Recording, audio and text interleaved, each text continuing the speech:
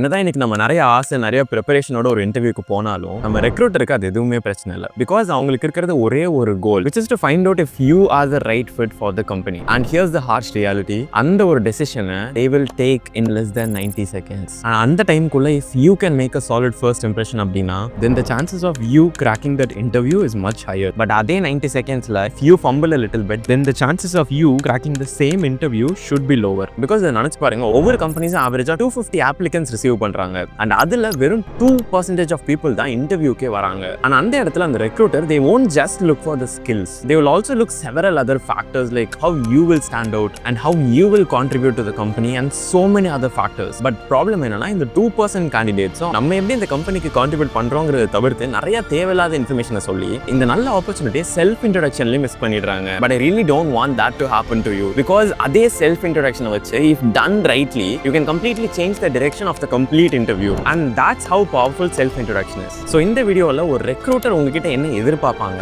and அதை எப்படி உங்க அட்வான்டேஜுக்கு யூஸ் பண்ணி உங்களோட செல்ஃப் இன்ட்ரோடக்ஷனை கிராஃப்ட் பண்ணலாம், and இந்த செல்ஃப் இன்ட்ரோடக்ஷனுக்கான ஃப்ரேம் ஒர்க் அண்ட் ஐடியில் நீங்கள் என்ன ரோல் அப்ளை பண்ணாலும் அதுக்கான free self introduction template, and லாஸ்ட்டாக what to say and what not to say in a self introduction அப்படிங்கிறத A to Z நான் சொல்ல போகிறேன். And if you don't want to miss it, take a pen and paper with you and get ready to take notes. And நீங்கள் இந்த சேனலுக்கு புதுசு அப்படின்னா this is Epaphra. I'm a storyteller, podcast host and a content marketer. So basically I create videos every single time I learn something worth sharing. So let's get to the video. First ப்ராடாக let's understand what a recruiter expect from you. 3 things. ஒன்னு, they will see if you are the right fit for their culture and their team. நம்ம என்னதான் ஸ்கில்ல develop பண்ணி போயிருந்தாலும் lot of students actually miss out this part. இதுக்கான proper preparation இல்லாதனால நம்ம ஏன் reject ஆனோங்கிறதே தெரியாம lot of people are confused. So please understand, recruiter will evaluate if you are the right fit for the company, not just by skills but also by considering your attitude, your value system and so many things. In fact ஒரு ரிசர்ச்ல HRs எல்லாருமே ஸ்கில்ஸை விட cultural ஃபிட்டுக்கு 64% importance கொடுக்குறாங்களாம். So ஒரு ஜாபுக்கு போறதுக்கு முன்னாடி make sure you read about them. அவங்க அபவுட் செக்ஷன்ல போய் அவங்க மிஷன், அவங்க வேல்யூ, அந்த டீமோட வைப் என்ன எல்லாமே புரிஞ்சுக்கிட்டு நீங்க அட்டென்ட் பண்ணும்போது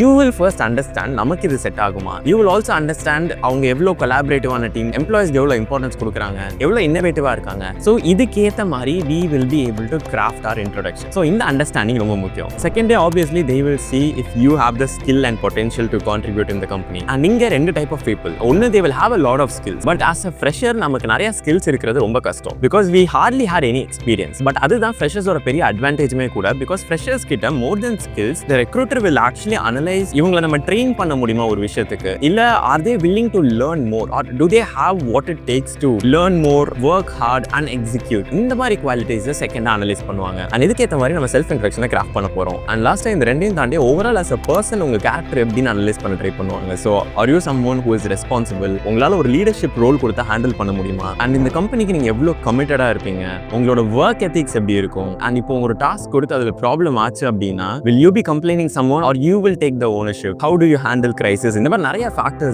they will try to evaluate. But best thing about these recruiters are அவங்க mostly directா இது நீ பண்ணுவியான்னு கேட்க மாட்டாங்க, but they will ask different questions to get the answer that they need.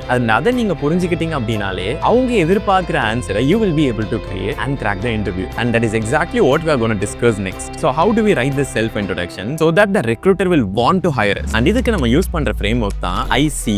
I stands for introduction, C stands for compelling story and E stands for engaging aspirations. And இதை நம்ம step by step decode பண்ணலாம் so that இந்த video பார்க்குற எல்லாருக்குமே you will have a unique introduction with you. So let's start with I, which is introduction. இங்க obviously we will just say who we are, where are we, or which college are we from, what is our background maybe. But here a pro tip would be, rather than just saying hi, I'm Rahul from Sri Krishna College, you could say good morning, I'm Rahul, a computer science student from Sri Krishna College and I'm so excited for this interview. And இப்போ நீங்க கவனிச்சிருந்தீங்கன்னா I just added one line, which is I'm so excited for this interview, I'm honored to be here. இந்த மாதிரி ஒரு extra line நீங்க passionate-ஆ சொல்லும்போது that will actually make you stand out in front of the recruiter's eye, because that shows that you are actually interested to work in this company.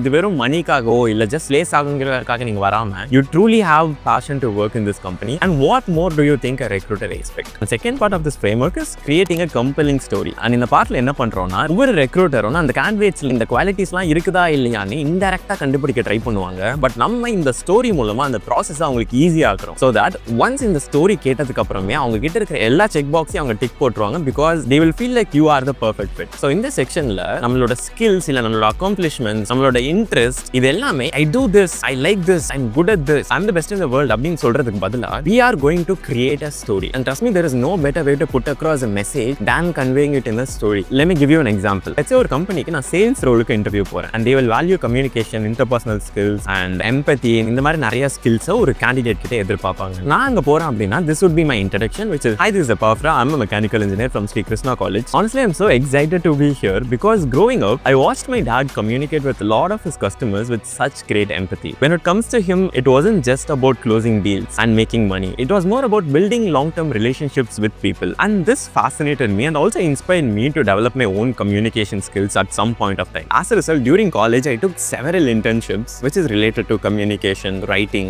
storytelling and so much more. And in those internships, I didn't only focus on completing the task given by them, and I was also very keen to contribute to the revenue of the company. And only in these times I could actually understand the power of communication in business and life. இப்போ இந்த introduction நீங்க கேட்டிருந்தீங்க அப்படின்னா நான் இந்த recruiter கிட்ட என்ன convey பண்ணியிருக்கேன் அப்படின்னா, ஒன்று I am very passionate about communication. எனக்கு சேல்ஸுங்கிறது ரொம்ப பிடிக்கும். பிகாஸ் என் அப்பாவும் சேல்ஸில் தான் இருந்திருக்காங்க. சின்ன வயசுலேயே நான் அந்த சேல்ஸை கண்ணு முன்னாடி பார்த்து நான் வளர்ந்துருக்கேன். அண்ட் இதில் ஆல்ரெடி எனக்கு ப்ரையர் எக்ஸ்பீரியன்ஸும் இருக்கு. ஸோ என்னை ட்ரெயின் பண்ணுறது ரொம்ப கஷ்டமாகவும் இருக்காது. அண்ட் ஓவராலாக அந்த ரெக்ரூட்டருக்கு இப்போ என்னோட ரெஸ்யூமை தாண்டி நான் எப்படி இருக்கிறேங்கிறத தாண்டி they know my story. And ஒருத்தவங்களோட ஸ்டோரி உங்களுக்கு தெரிஞ்சிருச்சுனாலே the bond between you both will be much stronger. And that's the power of storytelling. So இதே மாதிரி எந்த ஜாபுக்கு நீங்க அப்ளை பண்றீங்களோ அண்ட் அதுக்கு என்ன ஸ்கில் டிமாண்ட் பண்றாங்களோ அந்த ஸ்கில்லை சுத்தி try to find stories from your childhood and make sure அந்த ஸ்டோரியிலே you are conveying that you are really passionate about this job, you are conveying that you really have the skill, or try to convey that you are trainable, you have the potential. இப்போ என்கிட்ட அந்த skill இல்லைனாலும் I will learn and contribute to the company. And இது எல்லாமே நீங்க டிரெக்டா சொல்றதுக்கு பதிலாக try to create a story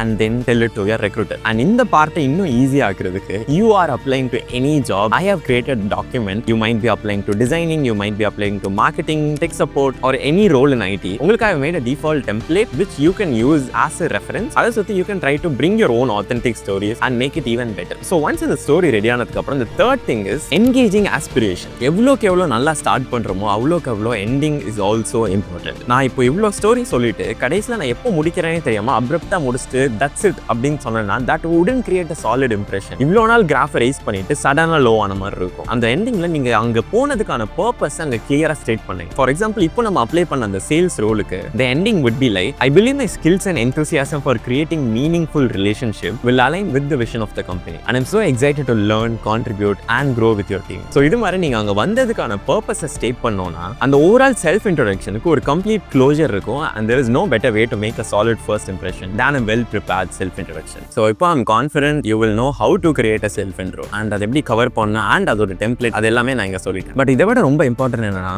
what you should not do while giving a self introduction. So the first விஷயம் நான் don't share too much. So இது வரைக்கும் நான் ஒரே ஒரு இன்டர்வியூ தான் லைஃப்ல அட்டெண்ட் பண்ணிருக்கேன். But to make this video I checked with a lot of HRs that I know and அவங்க எல்லாருமே சொன்ன ஒரு விஷயம் தான் people share a lot of irrelevant stuff in the interview. So first understand, இப்போ recruiter உங்ககிட்ட tell me about yourself அப்படின்னு கேக்குறது they are not exactly asking tell me about yourself. They are trying to ask out of all the other candidates how do you think you can contribute to the company. As a recruiter, why should I even hire you? So whenever someone asks that question, அதை directா வாங்கிக்காம and try to reframe it in this way and then take it to your head. Because அப்போதான் அந்த role and அந்த கம்பெனிக்கு தேவையான இன்ஃபர்மேஷனை அந்த self இன்ட்ரோடக்ஷன்ல நீங்க கொடுப்பீங்க. பிகாஸ் அந்த ரெக்ரூட்டருக்கு லாஸ்ட் வீக் உங்க அண்ணனுக்கு கல்யாணம் ஆச்சா இல்ல உங்களுக்கு பேப்லேட் ரொம்ப பிடிக்கும் இது மாதிரி irrelevant stuff எந்த வகையிலும் கான்ட்ரிபியூட் ஆகாது. So make sure whatever you say in the self introduction or even in the interview it is relevant. And இதை நீங்க டபுள் செக் பண்றதுக்கு உங்களோட இன்ட்ரோடக்ஷன் 60 seconds மேல போகாம இருக்கிறது நல்லது. Consider like you're creating a script for an Instagram reel and an introduction 60 seconds குள்ள குட்டி ஸ்டோரி